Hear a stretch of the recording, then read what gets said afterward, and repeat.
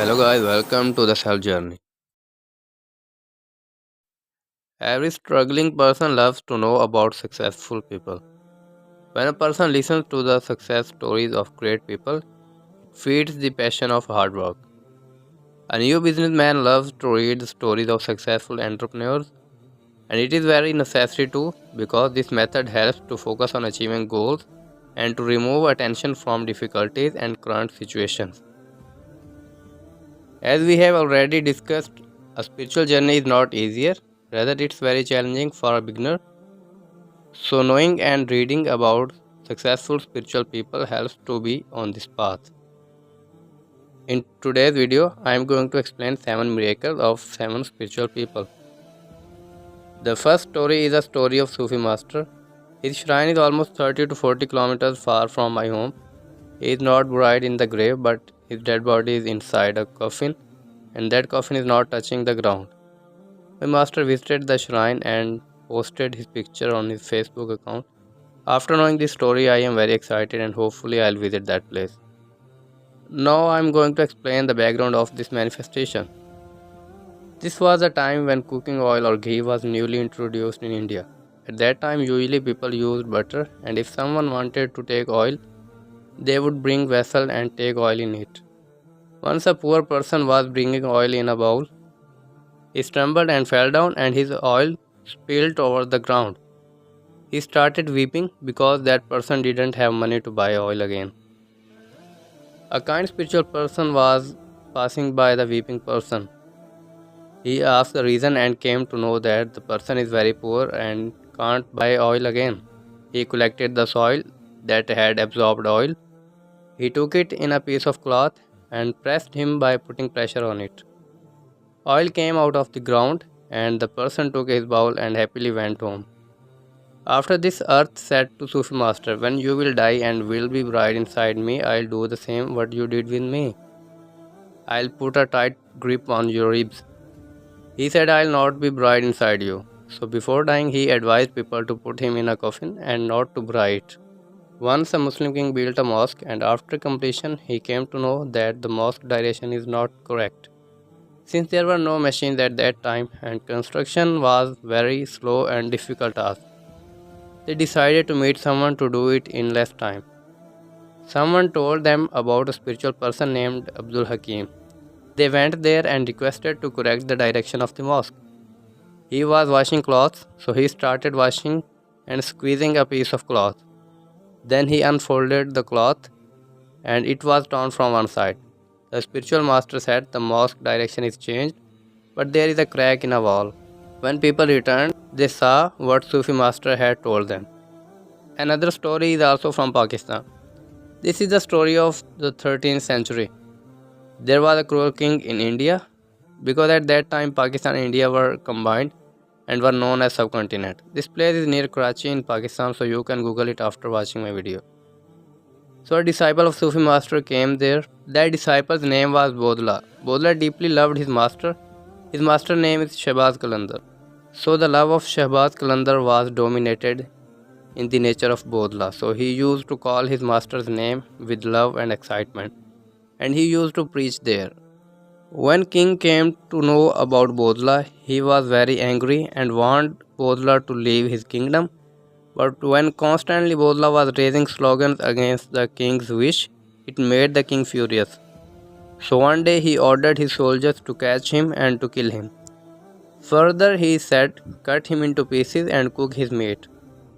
The king's order was obeyed and Bodla was cut into pieces. They enjoyed the meat of Bodla while Shahbaz Qalandar called his disciple.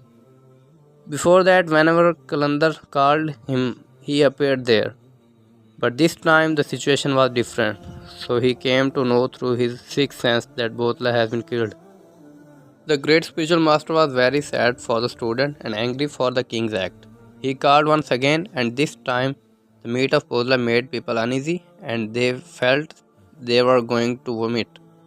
So the pieces of meat of Bodla came out of the mouths of all people and they collected in front of Shahbaz Qalandar. And all pieces adopted the shape of Bodla, and in a few seconds his disciple was alive. Then the great Sufi master cursed the king and everything got wiped. That cruel king was no longer there and people got freedom. If you ever get a chance to visit Pakistan, this place is in Sevan, a small town near Karachi, the biggest city and seaport of Pakistan. Moinuddin Chishti is one of the most famous personalities in India. His shrine is in Ajmer Sharif. When he came to India, he started preaching his religion. He faced many challenges. Once he was restricted and was not allowed to use water from the river. He asked them to take water last time. They gave him permission for the last time, and he put his pot inside the river, and all water was taken inside the vessel. This made people astonished and anxious. They were dependent on that water, but Moinuddin took all the water in a small pot. Then the king asked him to forgive. People came to him and accepted Islam, and they requested to provide them with water. He turned the vessel inside the river and it was flowing again. Sultan Bahu is one of the most respectable Sufi masters in Punjab. In his life, many people observed his miracles. So here is one of them. Once he was plowing land, a needy person came there and told about his misery. He requested to give him something. That man told that he was very poor and he had a large family but nothing to provide them with food. In today's world, we have washrooms for urine, but that time such facilities were not available and people used to do that in open places and away from houses. So before reaching this man, Sultan Bahu had just done urine and there was a small piece of clay that was used for his cleaning like an alternative to toilet paper. Sultan Bahu kicked that little stone and the land that touched this, it was converted to gold. Sultan Bahu asked that man to take that gold and to go away. Another story of a Sufi master, his name is Abdul Qadir. So he is known as Abdul Qadir Jilani because he was from Jilan, a place in Iran. Once a Muslim and Christian were debating. Christian was saying Jesus made dead people alive. Did your Prophet Muhammad do that? That Muslim had no idea, so he couldn't answer. Meanwhile, Hazrat Abdul Qadir Jilani was passing. He stopped and said to Christian, "You say our Prophet didn't make alive any dead body? I am not a prophet. I am a follower of Prophet Muhammad, slave of my Prophet. I can do that in front of you." He took him to an older grave and asked him to show the miracle. The great Sufi master prayed to God. The woman inside the grave was alive and he thanked Hazrat Abdul Qadir. She said, "I am very lucky. When I died, I was Jewish, but now I accept Islam and wish to be Muslim." The last miraculous story is the story of Prophet Muhammad because every prophet is a spiritual master and every spiritual journey leads to the prophet if everything is done correctly.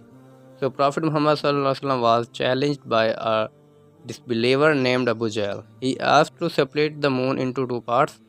Prophet Muhammad pointed his finger towards the moon. It separated into two parts and both were away from each other. Then they combined again.